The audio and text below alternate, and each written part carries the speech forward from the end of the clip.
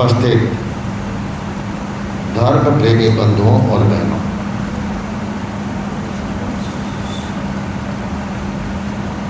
आज रविवार का दिन और पर्युषण प्रारंभ होने से ठीक पहला दिन रविवार। कई शहरों में रविवार का दिन विशेष होता है क्योंकि वहाँ अधिकांश अवकाश रविवार के दिन होते हैं, किंतु पूर्वी दिल्ली में रविवार का मूल्य है उतना से कम सोमवार का मूल्य नहीं, कम नहीं है, बराबर का मूल्य है। तो आज के दिन हम आगामी पर्युषण कार्यक्रमों के संदर्भ में प्रेरणा भी देते हैं, बात भी बताते हैं। वह बात मैं प्रवचन की संपन्नता पर कहना चाहूँगा। आज हमारा जो मूल कार्यक्रम है आरोहण। हर व्यक्ति चाहता है मैं आगे बढ़ूँ, चाहे स्टूडेंट हो, चाहे व्यापारी हो, चाहे नॉर्मल व्यक्ति क्यों न हो, हर व्यक्ति चाहता है कि मेरी प्रोग्रेस हो, मेरी उन्नति हो, मेरी प्रगति हो। हर व्यक्ति चाहता है। व्यापारी चाहता है पिछले वर्ष जो मैंने कमाई की, जितना सेल किया उससे कहीं अधिक सेल करूं, उससे कहीं अधिक मैं कमाऊं। एक स्टूडेंट सोचता है पिछली बार मैंने 92% मार्क्स लिए, इस बार उससे ज़्यादा लूँ, मैं और आगे बढ़ूं। ये चिंतन उसका रहता है। हर जो व्यक्ति जॉब करता है वह सोचता है कि मेरा जो स्केल है, पे स्केल है, उससे भी ज़्यादा स्केल मेरा बने, उससे भी अच्छी कंपनी में मेरे को जॉब मिले। ये उसका चिंतन रहता है।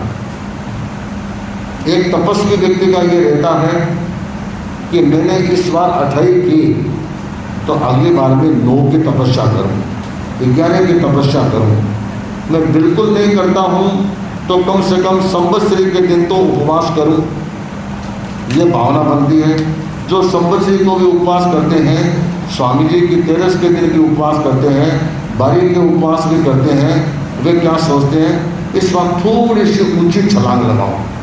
ऊंची छलांग में कैसे लगाऊं कि इस बार महाराज ने कहा है कि तेला करना है, तो इस बार कम से कम तेले में तो जुड़ूं। उपवास से तेले में आएंगे, देखो मैंने उस साल तेला किया, तो आप लोगों को बता सकेंगे, कह सकेंगे कि मैंने एक अच्छी छलांग भरी, उपवास से सीधा तेले तक पहुंच गया। काफ़ी लोगों के हमारे विघ्न निवारण तेले के फार्म भी आई हैं। कई लोगों का ये चिंतन है हम करेंगे, कई कहते उपवास पार पड़ जा, बेलो आ तो पार हो जाएगा, तो लास्ट गाड़ी अगर ट्रैक पर आ गई, उसके बाद हम आपको देंगे। वो कोई बात नहीं है, पारणा करने के बाद उसके बाद भी आप परम देना चाहें, जैसे कि मेरा तेना हो गया, आप बाद में भी दें, किंतु दें अवश्य। किंतु मन में ये निर्णय अवश्य ले लें कि हमें तेना की तपस्या करनी है तो करनी है, और इसके साथ जब का भी प्रयोग करना है। इस तरह जिसके वर्ष तक चलता है, क्योंकि वर्ष तक वालों के या एकांतर करने वालों के पर्युषण के प्रारंभ के दिन सामान्यतः पारणा आता है, तो उन लोगों के लिए वे एक दिन पहले शुरू कर सकते हैं, जिससे उनको कोई दिक्कत भी नहीं आए, उनका काम भी हो जाए। इस तरह से भी प्रयोग किया जा सकता है। किंतु कोई भी परिवार पूर्वी दिल्ली का वंचित न रहे कि जिस एक दिन कोई परिवार एक मेंबर भी बाकी, एक मेंबर तो कम से कम तेला अवश्य करे, अठम तप अवश्य करे। ज़्यादा हो तो हमें बताएं। हमारे घर में तो मेंबर 5 हैं, 4 तेले हुए हैं। स्पेशली आप मुझे मेंशन करेंगे तो हमें बड़ी खुशी होगी, मौका होगा तो उसका विशेष उल्लेख भी किया जा सकेगा। तो मैं मानता हूँ इसके बारे में आप सब जागरूक रहे, क्योंकि निकट समय आ गया है। 20 तारीख से हमारे पर्युषण का क्रम प्रारंभ हो रहा है। चूँकि आज हमारा कार्यक्रम वैसे प्रवचन का क्रम सबके लिए उपयोगी है, मैं जो बात कहूँगा फोकस मेरा किशोर और कन्याएं रहेगी, उपयोगिता सबके लिए रहेगी। किशोर और कन्याओं के संदर्भ में कहना चाहता हूँ कि 2 बातें जीवन में जरूरी है, संस्कार और सम्यक ज्ञान। 2S कौन कौन से? संस्कार और सम्यक ज्ञान। हमारा ज्ञान अच्छा हो, सम्यक हो, और संस्कार भी हमारे अच्छे हों। अगर हमारा संस्कार सही नहीं है तो जीवन में कैसे आगे बढ़ेंगे? देखो, बिगड़ने के, विकृत होने के रास्ते बहुत हैं, खूब रास्ते हैं। अच्छे संस्कारों पर चलने वाले रास्ते बहुत संकरे हैं। गंदे संस्कारों वाले रास्ते तो रिंग रोड की तरह चौड़े हैं, और जो छोटे रास्ते हैं, विश्वास नगर की अंदर की गलियां हैं, उतने छोटे हैं। किंतु रास्ते सीधे हैं, आर पार निकलते हैं। संस्कारी व्यक्ति आर पार निकल सकता है, किंतु रिंग रोड पर चलने वाला कभी कभी जाम में भी फंस सकता है।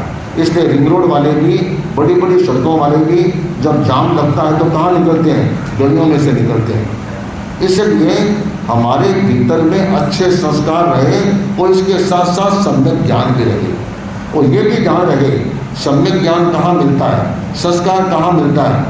आपको कोई यूट्यूब पर ठीक है कंटेंट्स मिल सकते हैं, किंतु संस्कार मिलते हैं परंपरागत। आप जिस परिवार में जन्मे हैं, आपके परिवार में जो बुजुर्ग लोग हैं, उनके संस्कारों को देखें, उनकी विशेषताओं को देखें। वह अगर जीवन में उतरता है तो सहज होकर आगे बढ़ जाता है। इसी तरह ज्ञान भी होना चाहिए, ज्ञान भी परंपरागत चलता है। एक व्यक्ति व्यापारी के घर में जन्मा है, तो वह दिन भर हिसाब किताब सुनता है, तो सुनते सुनते आधा ज्ञान तो उसको ऐसे भी हो जाता है कि अपने यहाँ ऐसे काम होता है, इस तरह से रखा जाता है। अपने घरों के छोटे छोटे बच्चे कागज हाथ में दो, फाड़ देंगे। महात्मा गांधी की छाप लगा हुआ नोट दो, फाड़ेंगे क्या? नहीं फाड़ेंगे। क्यों? क्यों? उनके प्रति वह लगाव हो जाता है कि नहीं ये काम की चीज़ है, उसको ये पता नहीं क्या होगा, किंतु उसको वह फाड़ेगा नहीं। मोड़ सकता है, फिर वो सामान्यतः उसको फाड़ेगा नहीं। क्यों? कि पैसे के प्रति, रुपये के प्रति एक आकर्षण होता है। श्रद्धेय आचार्य श्री महाप्रज्ञ जी कई बार प्रवचन में फरमाते थे, और बड़ा अच्छे ढंग से फरमाते थे कि एक बार एक साविका के प्रसव होने वाला था, प्रसव पीड़ा शुरू हो गई, किंतु बच्चे का जन्म नहीं हो रहा था। जो पुराने ज़माने में जापा कराने वाली दाई होती थी, वह भी आई, वह भी पैसों में पड़ गई, समझ में नहीं आया क्या होना चाहिए। फिर कहा कि अपने शहर में एक आदमी है, उसके पास हर चीज़ का जवाब है, हर चीज़ का उत्तर उसको आता है, उसको बुलाओ। उसके पास गए, वह आया, कभी ऐसे ऐसे प्रसव पीड़ा हो रही है, किंतु बच्चे का जन्म नहीं हो पा रहा है, क्या किया जाए? अच्छा, ये बहन किस परिवार की है? ब्राह्मण की है, क्षत्रिय की है, बाणीय की है, किसकी है? कि बाणीय की बेटी है, बाणीय की बहू है। अच्छा, एक काम करो, एक स्टील का बर्तन लो, बंद है, उसमें सिक्के डाल दो, सिक्के डाल करके और उसके पास जाकर के बजाओ। तो इससे क्या, देखो तो सही। अंदर गए, सिक्के बजाए, इतने बच्चे का जन्म हो गया। तो महाप्रज्ञ जी फरमाते थे, बाणियों का बेटो है, सिक्के की खनखनाहट सुनी और बच्चा आ गया बाहर, सारा काम हो गया। तो जिसमें जो संस्कार होते हैं, खून में भी होते हैं और बाद में परंपरा से भी हमें प्राप्त होते हैं। तो आपको तो सौभाग्य है कि आप ऐसे घरों में जन्मे हैं कि जहाँ सहज संस्कार आए हुए हैं, सहज बातें आई हुई हैं। किंतु एक बात का ध्यान रखना, संस्कार तो आपके भीतर है, बड़े होने के बाद उन संस्कारों में विकृति नहीं आई।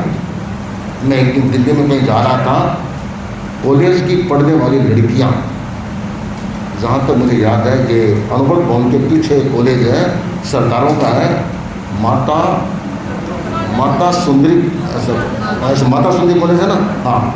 तो उधर से मैं निकल रहा था, तो 7-8 लड़कियाँ होंगी, सब सिगरेट पी रही थी। सोचा अरे लड़कियाँ, चलो लड़के तो करते हैं, कई बार उपचुप कर लेते हैं, वे भी नहीं होने चाहिए, किंतु लड़कियाँ सिगरेट पीती हैं, ये तो और ही खराब है। मुझे बड़ा आश्चर्य हुआ। फिर लोगों से कहा ये महाराज सिगरेट पीती है, महाराज सिगरेट खाइए और के करें, आप शब्द हो, आप बताओ फायदा को नहीं क्या, मैं ठीक है मत बताओ भाई। तो जुड़ना आंखों से देखा, तो देखो कई बार क्या होता है, आदमी अपने आप को प्रगतिशील बनाने के लिए, सोशल स्टेटस के लिए क्या करता है, ट्रैक से होता है। इनके साथ पिएंगे तो लगेगा कि मॉडर्न है, नहीं तो लगेगा ऑर्थोडॉक्स है। ये बोंदा पुराणपंथी है, ऐसे चलते हैं।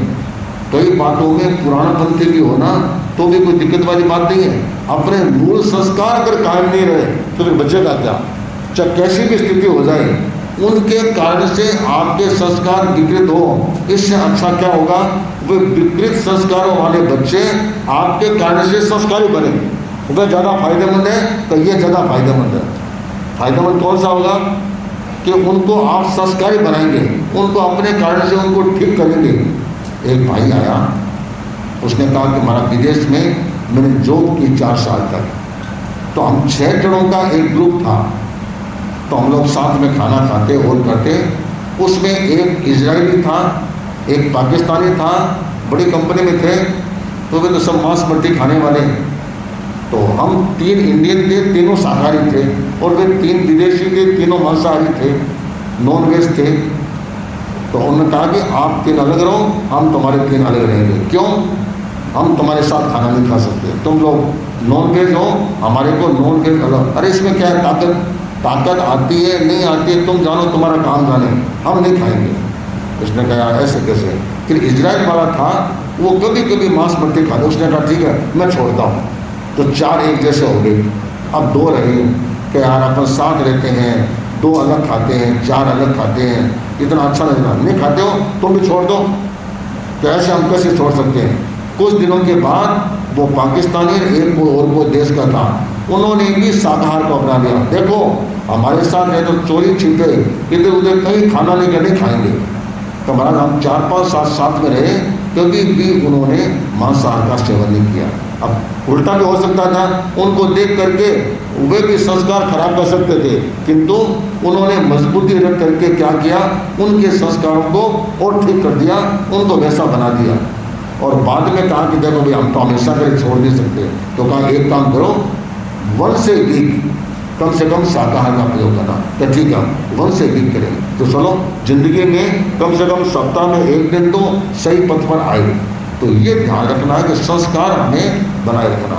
और सबसे बड़ा संस्कार ज्ञान में हमारी खाना पीना, हमारी वृत्तियाँ सब अच्छी होनी चाहिए। मैं तो मानता हूँ हमारे जीवन में सबसे बड़ी चीज़ होती है कृतज्ञता। क्या होता है? कृतज्ञता, आभार। कई बार कार्यक्रम होता है ना, तो कार्यक्रम में क्या बोलते हैं लास्ट में सब कि कृतज्ञोस्मि, क्योंकि हम सब आपके आभारी हैं, इस रूप में बोलते हैं। तो कृतज्ञता अभिव्यक्त करना ये भी अपने आप में बहुत महत्वपूर्ण है। तो इस दृष्टि से अगर उपयोगितापूर्ण बन जाता है। अच्छा छोटी तपस्विनी अथाई की है क्या? अच्छा है, ज्ञानशाला ये बच्ची है, अथाई की है, अच्छी बात।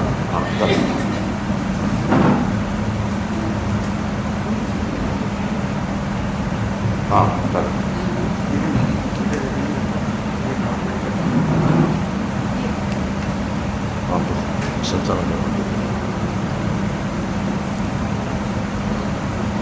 तो कृतज्ञता का भाव जिसके भीतर, कृतज्ञता किसके प्रति? अपने परिवार के प्रति, धर्म संघ के प्रति, साधु संतों के प्रति, जिनसे हमें ज्ञान मिलता है। और जो व्यक्ति कृतज्ञ होगा वह व्यक्ति हमेशा आगे बढ़ेगा। जो कृतज्ञ नहीं होगा उसका विकास कभी भी हो नहीं सकता, होगा तो बीच में अवरुद्ध हो जाएगा और वह अपने जीवन में आगे नहीं बढ़ सकेगा। इसलिए जीवन में हमारे भीतर कृतज्ञ भाव रहेगा तो क्या होगा?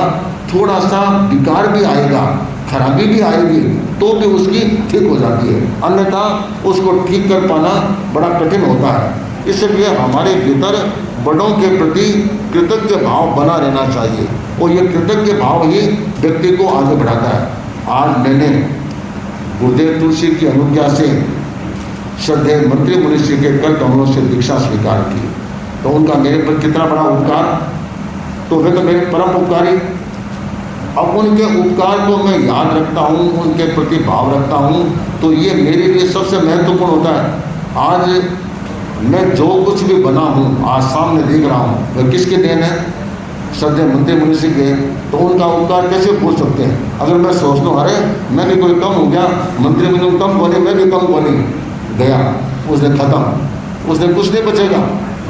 वह हमारे लिए आदर्श होने चाहिए, हमारे गुरु आदर्श होना चाहिए।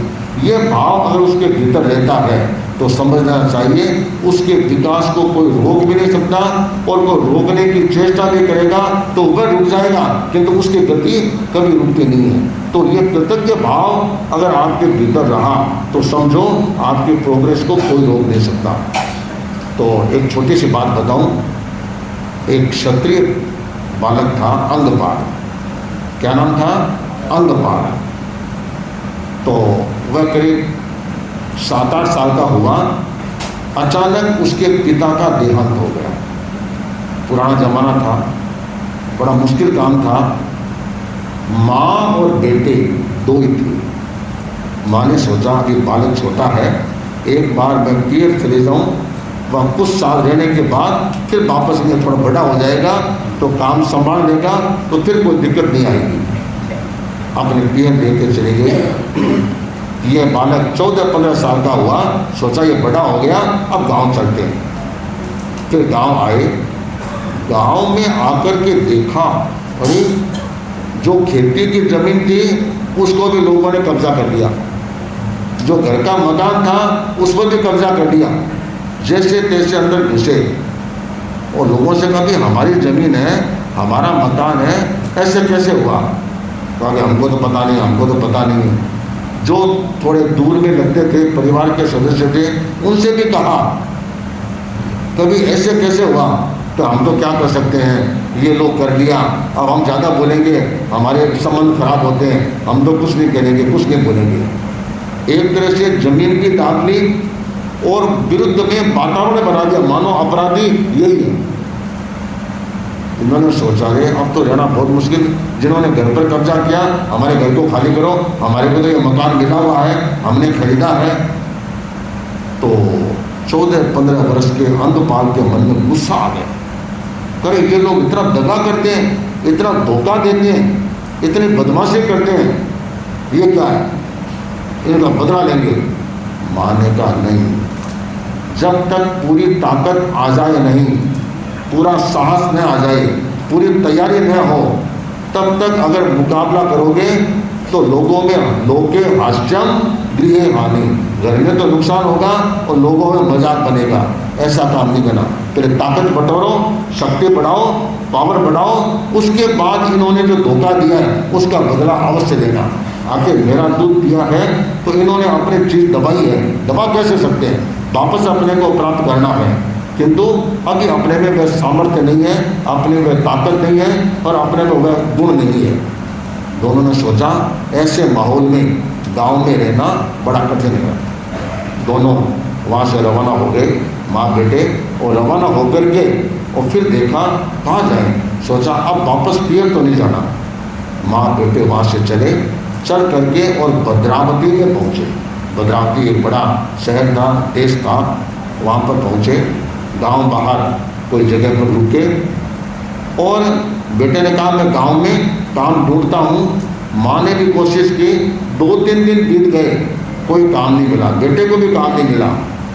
तो मैंने में सोचा क्या करना, तो बेटे ने कहा एक काम करते हैं, यहाँ शहर में जानवर बहुत हैं, उनको घास चाहिए, तो मैं जंगल में से घास काटूंगा और काट करके यहाँ बेच दूंगा, उससे तो कमाई हो जाएगी। तो ये घास काटने लगा, बेचने लगा, उनसे उनका गुजारा होने लगा। सोचा एक बार काम शुरू करते हैं, आगे जो भी अवसर मिलेगा उस हिसाब से अपन करेंगे। इस चिंतन के साथ आगे बढ़े। एक दिन ये जंगल में अब घास काटने के लिए उसके पास हंसुआ नहीं था, जो छोटा होता है काटने हुआ नहीं था, उसके पास अपने पिता की तलवार थी धारदार। अब किससे काटे, लाए तो पैसा नहीं, तो वह तलवार से खड़ा और घास को काट रहा है, जैसे मानो कोई दुश्मन की लड़ाई में कोई दुश्मन के गले काटता है ना, वैसे वह काट रहा है। पीछे से भद्रावती का राजा विजयपाल वह भी उधर से निकला। इसको देखा, किशोर 14-15 साल का, और देखो घास काट रहा है, मानो तलवार से काट रहा है, मानो दुश्मन को उड़ा रहा है। बालक को देखा, बड़ा प्रभावित हुआ, बालक के पास आके रुका। एक बात बेचारा डर गया, सोचा ये कौन है, क्या बात है। फिर कहा कि तुम कौन हो, उसने अपना परिचय दिया। ये तुम क्यों कर रहे हो, कि हमारे पास कोई पैसा नहीं है, कोई चीज़ नहीं है, इसलिए हम सब ये सब कर रहे हैं। तो कहा कि एक काम करो, हम तुम्हारे को एक काम करते हैं कि तुम्हारे को शहर में हमारे साथ चलो। माँ बेटे को राजा शहर में लेके आ गया, माँ की रहने की व्यवस्था कर दी और बेटे को एक गुरुकुल में भेज दिया राजा ने अपनी तरफ से, जिससे यह बच्चा पढ़ लिख के होशियार हो जाए। तो राजा ने उसको गुरुकुल में भेज दिया, वहाँ पर पढ़ाई की, शस्त्र विद्या ग्रहण की, सब तरह से निपुण बन गया, युवा बन गया। तो युवा बनने के साथ उसने माँ से कहा, माँ अब अपने गांव चलते हैं, अब तो मैं ताकतवर हो गया, अब अपनी ज़मीन जो कब्जे की है मैं एक एक को मजा चखा दूंगा, एक एक का काम अपन काम तमाम करेंगे। कहा कि ठीक है बेटा, तूने अब ताकत बटोर ली, अब चलते हैं अपने गांव की ओर। राजा के पास आए, राजा के पास आकर के अनुमति मांगी कि हम अपने गांव में एक बार जाना चाहते हैं। हाँ जाओ, खूब अच्छे काम करो, जब कभी तुम्हारा मन हो या आ सकते हो या रह सकते हो। वहाँ से चले, जंगल पार कर रहे थे, रास्ते में डाकू मिल गए, एक कोई वे मिल गए। उसको देखा, अरे भाई तुम कौन? भाई हम तुम्हारे गांव जा रहे हैं। तुम कौन? तो हम तो जंगल में रहते हैं, क्या करते हो? तो डाका डालते हैं। डाका क्या होता है? ऐसे ऐसे हम लूटते हैं, ऐसे ऐसे करते हैं, बोलो तुम हमारे साथ जुड़ोगे? इसने मन में सोचा कि गांव वालों से अगर बदला लेना है तो इनके साथ मिल जाओ, क्योंकि इनके भी 15-20 मेंबर हैं, एक साथ मिल करके गांव पर धावा बोलेंगे तो बदला पूरा ले सकेंगे। क्योंकि माँ ने कहा है कि पहले ताकत बढ़ाओ, ताकत नहीं होगी तो तुम्हारे को कोई भी मुकाबला करने में सक्षम रहेगा और तुम्हारे को हरा देगा। इस लक्ष्य के साथ वह डाकुओं से मिल गया। अब भाई बुद्धिमान था, शस्त्र विद्या का जानकार था, होशियार था और धीमे धीमे डाका डालने लगे। जो डाकू सरदार था उसने भी सोचा लड़का बहुत अच्छा है। डाकू सरदार जब बीमार पड़ गया, मरणासन्न हो गया, तब इसने कहा कि मेरे पीछे इस अंगपाल को डाकुओं का क्या बनाना है? चीफ बनाना है, सरदार बनाना है। डाकू सरदार बन गया, इसको डाकू सरदार बना दिया। बनाने के बाद इसने कहा कि मेरे गांव वालों ने मेरी ज़मीन हड़प ली, उनको एक बार सबक सिखाना है। तो चलो, इन्होंने पूरी तैयारी की, तैयारी करके अपने जो मूल गांव था वे आए। जिसने ज़मीन दबाई थी उनको लूटा, उनको पीटा, मारा किसी को नहीं, खूब किया और कहा कि ज़मीन वापस हमको सौंप देना, नहीं तो हम वापस दोबारा आ जाएंगे। पूरे गांव में हड़कंप मच गया कि देखो इसकी ज़मीन दबाई, देखो ये ताकत बटोर करके ये अपने यहाँ आ गया और पूरा लूट पाट मचा करके और वापस जंगल में आ गया। क्रम उनका आगे से आगे ठीक चलता रहा और खूब अब तो ये हो गया कि कितना ज़्यादा अपन कमा सकते हैं। दूर दूर तक इनका आतंक छा गया। कभी ये डाकू बड़े खतरनाक है, लोग उधर के रास्ते से निकलना भूल गए। सोचा इधर से जाने का मतलब है लूटीजना और इसके साथ साथ मार भी खाना, दोनों तरफ से नुकसान उठाना पड़ेगा। इस चिंतन के साथ वहाँ से जाते नहीं थे और कभी कभी कोई सेठ हाथ आ जाता, उसको पकड़ लेते और फिरौती के रूप में बहुत बड़ी धनराशि मांगते थे, बहुत बड़ी धनराशि, और वह धनराशि प्राप्त करके उसको छोड़ देते थे। इस तरह से अंगपाल के डाकू सरदार बनने के बाद डाकुओं की कमाई में भी इजाफा हो गया और बड़े धनवान बन गए और खूब दूर दूर तक उनका आतंक फैल गया। ये क्रम उनका चलता रहा। एक बार भद्रावती का राजा विजयपाल वह शिकार खेलने के लिए अकेला जंगल में आ गया। एक हिरण के पीछे दौड़ा घोड़े पर बैठ के, किंतु हिरण इतना तेज निकला कि भीतर के रास्तों से होता होता ओझल हो गया और पीछे दौड़ता जा रहा है। घोड़ा इतना हवाबेग हो गया कि वह राजा दौड़ते दौड़ते इस चोर पल्ली के पास, डाकू पल्ली के पास पहुंच गया।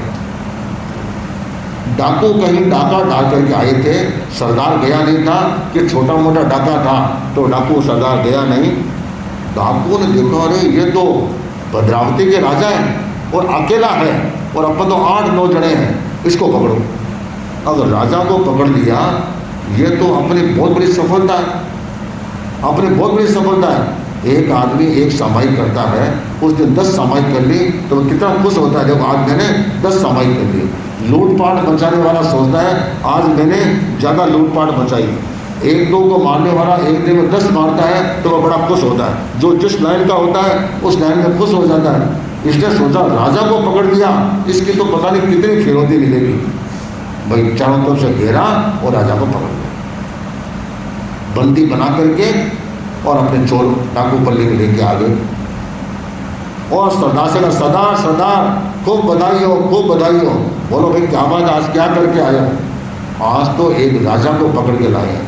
इतने दिन तो सेठ को जमींदार को पकड़ के लाते थे, आज तो राजा को पकड़ के लाए हैं। बस जितना मन हो उतना मांग लो, बस खूब मिल जाएगा। अच्छा शाबाश, तुम लोगों ने बहुत अच्छा काम किया, लाओ उनको अंदर ले आओ। भाई डाकुओं का दरबार सरदार का कमरा का बड़ा, उसमें लाए। जो ही वह राजा अंदर प्रविष्ट हुआ, वो अंगपाल ने उसको देखा, देख के पहचान दिया। मन में सोचा रे ये तो भद्रावती नरेश विजयपाल जी हैं, जिन्होंने मेरे को राजमहल में ले गए, मेरे को पढ़ाया, मेरी माँ की व्यवस्था की, कितना बड़ा उपकार किया है। ओहो, इसको पकड़ के लाए। अब राजा तो उनको पहचान नहीं पाया, किंतु ये राजा को पहचान लिया। तत्काल खड़ा हुआ और जाकर के चरणों में प्रणाम किया। राजा को बड़ा आश्चर्य हुआ, मैं तो सोचता था पता नहीं ये क्या करेगा, ये तो मेरे पास आकर के प्रणाम किया है। तत्काल राजा के बंधन अपने हाथ से खोले, खोल करके अपना एक पट्ट था, उस पट्ट पर कपड़ा बिछाया, नया कपड़ा बिछा, अंदाता अटक राजो। पुराना समय राजा को क्या बोलते थे? अंदाता, अंदाता अटक राजो। वहाँ बैठे और खुद जमीन पर बैठा, नहीं तो वह डाकू सरदार तो ऊपर बैठा रहता था। उनके साथियों ने देखा रे इसको हो क्या गया, हमारे डाकू सरदार का माथा खराब हो गया क्या, इसको बंधन मुक्त कर दिया, खुद नीचे बैठा है, इनको कितना सम्मान से बैठाया। इसने बार बार क्षमा याचना की, राजा साहब आप मेरे को माफ़ करना, मेरे क्षमा याचना करता हूँ, आपको पकड़ लिया। राजा ने कहा कि मैं डाकू सरदार, तुम हो कौन? तुम्हारे को मैंने पहचाना, तुम हो कौन? राजा साहब मैंने तो आपको अंदर प्रवेश किया तभी पहचान लिया। आपको याद होगा एक बालक किशोर जो तलवार से घास काट रहा था, आपने उनको पढ़ाया, उनकी माँ की व्यवस्था की। हाँ हाँ मैं तो अंगपाल था। अंदाता वह अंगपाल नहीं। अच्छा तुम है। अब ध्यान दिया कि हाँ आँखा तो यहाँ ली ही, नाक भी थोड़ा सा यहाँ लो हो। अब ध्यान आया कि हाँ ये लड़का है, तो तू डाकू सरदार बन गया, अंदाता बन गया। अंदाता आज अगर दूसरा कोई राजा होता तो आज मेरे को कितना पैसा मिले, मुँह मांगा पैसा मिलता, तो फिर तुमने आज क्यों नहीं किया? नहीं, आप मेरे उपकारी हैं। उपकारी का उपकार बोलने का मतलब है कृतज्ञ होना, उसको तो नरक में भी जगह नहीं मिलती है। तो मैं इतना कृतज्ञ नहीं, मैं पैसे का लालची हूँ, पर इतना लालची नहीं हूँ कि अपनों को भूल जाऊँ, क्योंकि मैंने इसका भोग भोगा हुआ है। मेरे अपनों ने ही मेरी ज़मीन दाब ली और मेरे मकान को भी जब्त कर लिया, तो मैं जानता हूँ कि अपने लोग क्या हैं, किंतु मैं उपकारी के उपकार को भूलता नहीं हूँ। आपके प्रति कृतज्ञ हूँ, आपने ही मेरे को बनाया है, आपने योग्य बनाया है, आपने सब कुछ मेरे को तैयार किया है, आपके उपकार को भूल नहीं सकता। अपने साथियों ने कहा सरदार ऐसा मौका बार बार नहीं आएगा, ये राजा आते कुछ भी आओ, इन राजा का मेरा पर बड़ा उपकार है, इनको पकड़ेंगे अच्छे सह सम्मान भद्रावती तक अपन इनको पहुंचाने जाना है। एक काम करो तुम रहने दो, मैं पहुंचाने जाता हूँ, मैं भी घोड़े पर बैठूंगा राजा के साथ, रास्ते में कोई डिस्टर्बेंस नहीं हो, कोई तकलीफ न आए, इसलिए मैं खुद भद्रावती शहर के बाहर तक इनको छोड़ के आऊँगा। राजा तो भावुक हो गया, गदगद हो गया, आंखों में हर्ष के आंसू आ गए कि देखो एक बच्चे का मैंने इतना सा उपकार किया कि उसको पढ़ाया लिखाया, किंतु इसके मन में मेरे प्रति कितना आस्था का भाव है, कृतज्ञता का भाव है, कितनी बड़ी बात है, तभी देखो इतना अच्छा किया।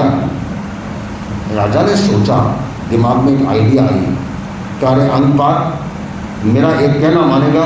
अंदाता फरमाओ।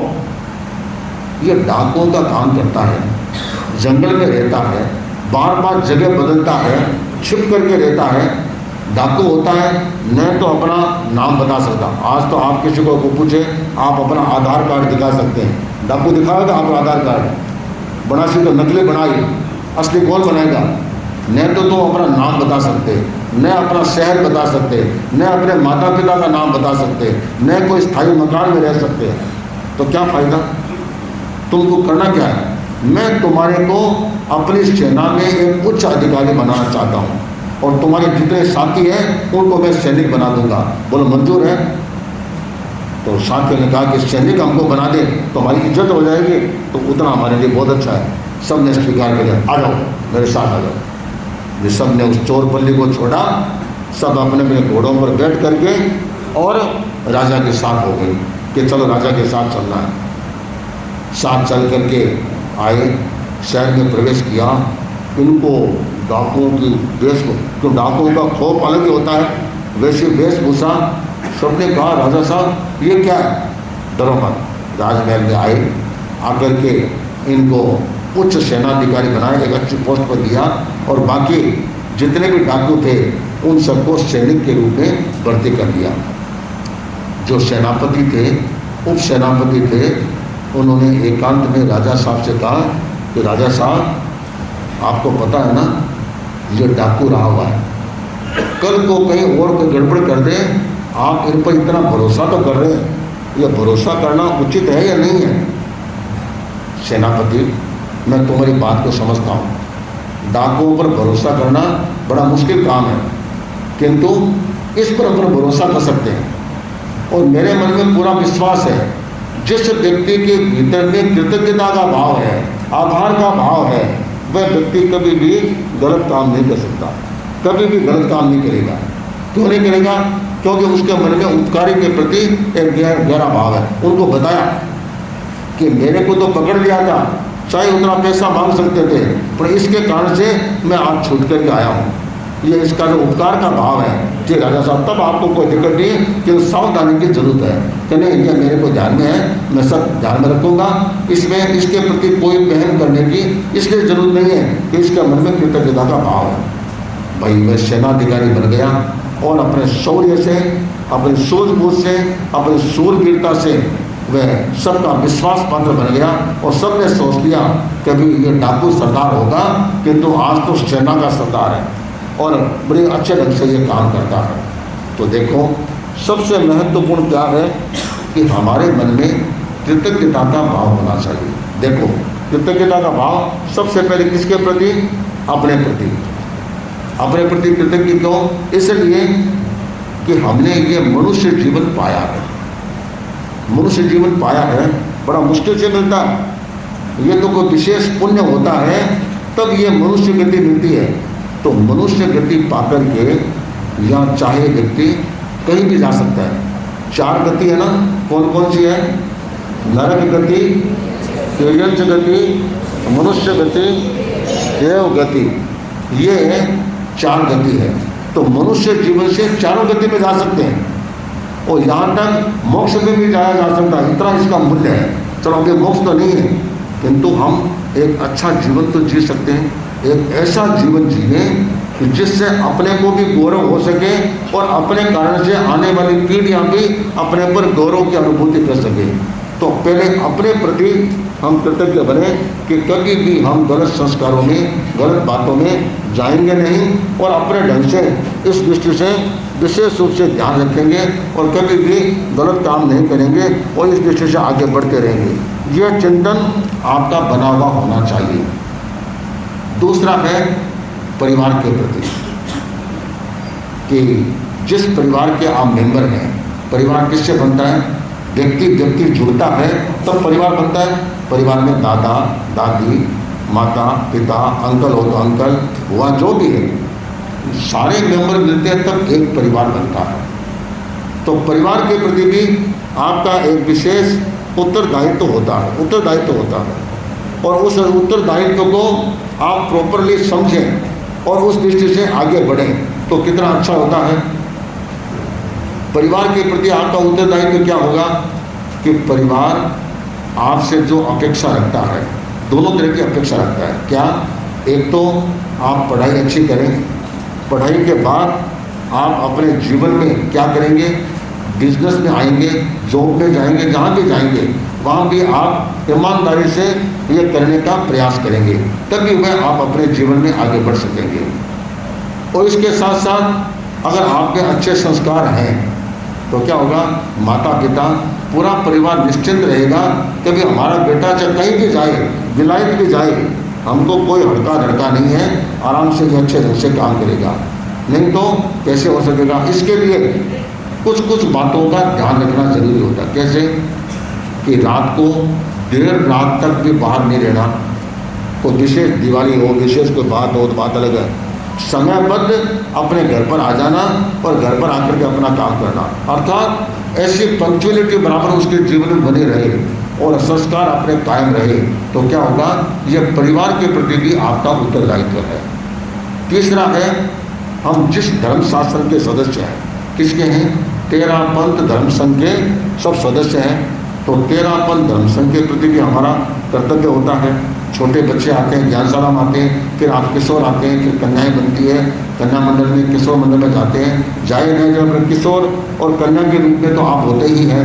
तो इस रूप में अगर आप होते हैं तो आपका यह उत्तरदायित्व बन जाता है कि आप एक अच्छे किशोर और एक अच्छी कन्या के रूप में किस प्रकार काम आगे कर सकते हैं और धर्म संघ की सेवा किस रूप में, बड़े होने के बाद भी धर्म संघ का काम कैसे कर सकते हैं। जैसे साधु संत विराजते हैं तो कम से कम निकट में हो उनके दर्शन करना, कभी अवसर हो प्रवचन सुनना, कभी बिहार करते हो, अनुकूलता है तो बिहार में साथ साथ चलना शहर में। ये सारे उपक्रम किस लिए है? ये आपके धर्म संघ के प्रति आपके अपने उत्तरदायित्व है, उनका बराबर पालन होना चाहिए। तो मैं मानता हूँ आज ये आरोहण 2025 का यह कार्यक्रम, आरोहण क्लाइंबिंग, ये इस रूप में ये कार्य आपको करना है। जीवन के हर एस्पेक्ट पर आपको आगे बढ़ना है, पढ़ाई में भी आगे बढ़ना है, संस्कारों में भी आगे बढ़ना है, सम्यक ज्ञान की दिशा में भी आगे बढ़ना है, कृतज्ञता के भावों के साथ भी आपको आगे बढ़ना है। हर दृष्टि से आगे बढ़ा, बढ़े चलो, ये मतलब बढ़े चलो, आगे बढ़ना, आगे चढ़ना, विकास करना, बस यही आरोहण का लक्ष्य है। इस आरोहण कार्यशाला के माध्यम से आपको प्रेरणा भी मिलेगी, आपको ऐसे प्रयोग भी करवाए जाएंगे और ऐसे ऐसे उपक्रम भी चलाए जाएंगे जो आपके विकास में बहुत बड़े सहायक बन सकेंगे। तो आज का ये कार्यक्रम जो हमारा दिन भर में चलने वाला है उसको आप बराबर ध्यान रखेंगे।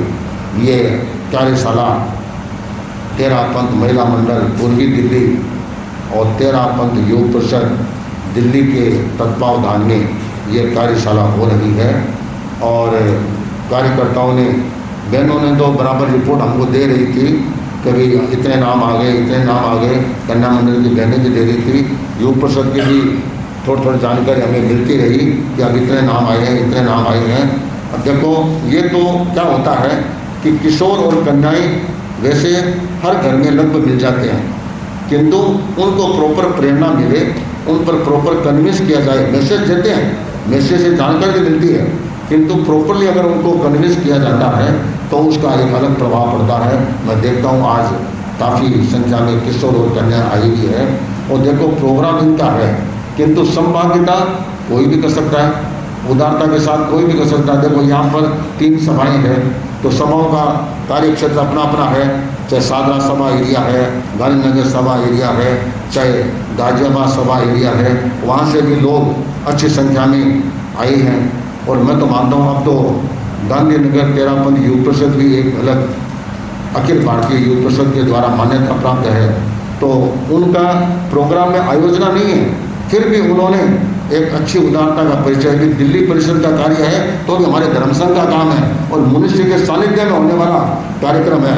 इसको समझते हुए भी अपने किशोरों को, मैं जहाँ तक समझ रहा आगे मुझे 14-15 किशोर मेरे ख्याल से गांधीनगर के युग के द्वारा प्रेरित होकर के आए हैं। तो ये उदार भाव सब में अच्छा बना रहे, कहीं भी प्रोग्राम हो, धर्म संघ का काम हो, साधु संतों के सानिध्य में हो, इसी उदारता के साथ अगर हम कार्य में संलग्न होते हैं तो उससे धर्म संघ की अच्छी प्रभावना होती है। इस धर्म संघ की प्रभावना में सब एक दूसरे के साथ बराबर जुड़े रहेंगे तो मैं मानता हूँ कि वह कार्य और अच्छा बन सकेगा। मैं मानता हूँ 13 मेला मंडल पूर्वी दिल्ली, 13 युग दशक दिल्ली इसी तरह के संघ प्रभावना के उपक्रम को और आगे बढ़ाते रहे और आगे कार्यक्रम करते रहे और उसमें हमारा मार्गदर्शन भी प्राप्त करते रहे। तो आज मैं, क्योंकि आगे हमारे इसके शेड्यूल नक्की किए हुए हैं, उस हिसाब से अपने को चलना भी है। आज प्रज्ञा प्रतियोगिता का जो हमारा चलता है